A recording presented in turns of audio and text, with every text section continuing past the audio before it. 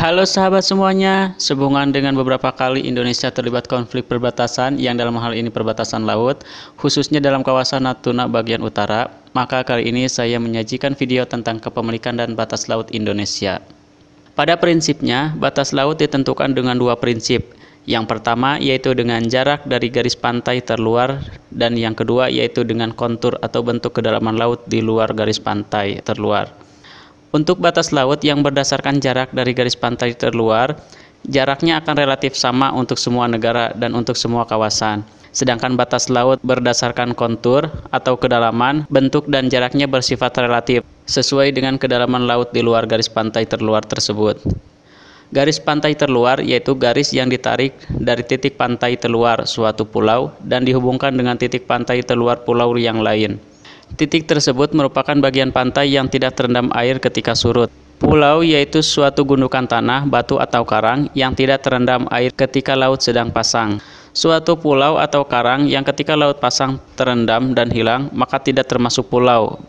Berdasarkan kepada arbitrase atau keputusan pengadilan internasional atas sengketa Cina dan Filipina, pulau atau karang yang kecil yang tidak dapat menopang kehidupan secara mandiri dan tidak berpenghuni, yang berada di tengah lautan, tidak berkelompok dengan pulau berpenghuni dan bukan bagian dari negara kepulauan, tidak berhak atas 200 mil laut landas kontinen. Berdasarkan prinsip yang pertama, yaitu batas laut berdasarkan letak dan jarak dari garis pantai terluar, laut Indonesia dibagi menjadi 3 bagian dengan satu penambahan menjadi 4, yaitu pertama, laut pedalaman. Laut pedalaman atau laut wilayah yaitu laut yang berada di dalam garis pantai terluar. Jadi yang termasuk laut dalam atau laut wilayah adalah laut yang berada di antara pulau-pulau milik satu negara. 2. Laut teritorial. Laut teritorial adalah laut yang terletak di bagian luar garis pantai terluar hingga jarak 12 mil laut, sekitar 13,3 km ke luar dari garis pantai terluar. Jarak ini diambil dari jarak terjauh dari peluru meriam yang ditembakkan. Aturan ini sudah diterapkan sejak zaman dahulu sebelum Perang Dunia Kedua atau sebelum berkembangnya senjata rudal. Jadi ini adalah batas tradisional. 3. Zona ekonomi eksklusif. Zona ekonomi eksklusif yaitu wilayah laut yang terletak di luar garis pantai terluar pada jarak 12 mil laut dari garis pantai keluar hingga jarak 200 mil laut. 1 mil laut sama dengan 1,852 km. Mil laut atau dalam bahasa Inggrisnya nautical mile atau sea mile adalah suatu satuan panjang yang diterima penggunaannya oleh sistem internasional satuan, tetapi bukan bagian dari satuan internasional atau SI. Mil laut digunakan di seluruh dunia untuk keperluan kelautan, seperti menghitung jarak dalam pelayaran dan penerbangan. Satuan ini dapat digunakan pada hukum dan perjanjian internasional, terutama menyangkut batas wilayah perairan. Mil laut dikembangkan dari mil geografi dengan definisi internasional. 4. Zona tambahan. Seperti yang telah disebutkan pada bagian laut teritorial, bahwa penentuan jarak 12 mil laut berdasarkan kepada jarak terjauh peluru meriam dan bersifat tradisional. Maka pada perkembangan zaman saat ini, jarak tersebut dianggap tidak cukup, terutama untuk mencegah pelanggaran perundang-undangan yang berhubungan dengan masalah bea cukai, perpajakan, kesehatan, dan keimigrasian.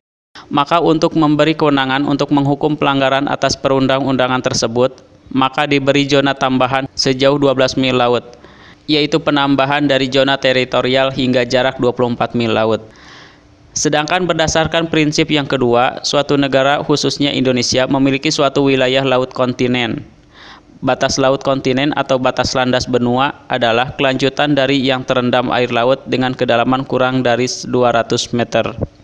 Dengan pengertian ini, maka semua laut dangkal yang berbatasan dengan suatu negara dapat diklaim oleh negara tersebut.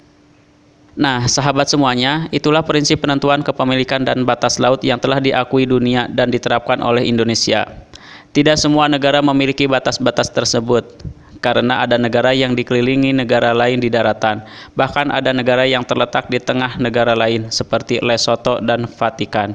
Ada juga 2 negara yang berbatasan laut secara berdekatan. Jika ada 2 negara yang berbatasan yang dibatasi laut yang jaraknya kurang dari 400 mil atau kurang dari 24 mil laut, Maka penentuan batas ZEE atau laut teritorialnya diukur dari jarak kedua pantai dan dibagi dua seperti batas Indonesia dan Malaysia di Selat Malaka.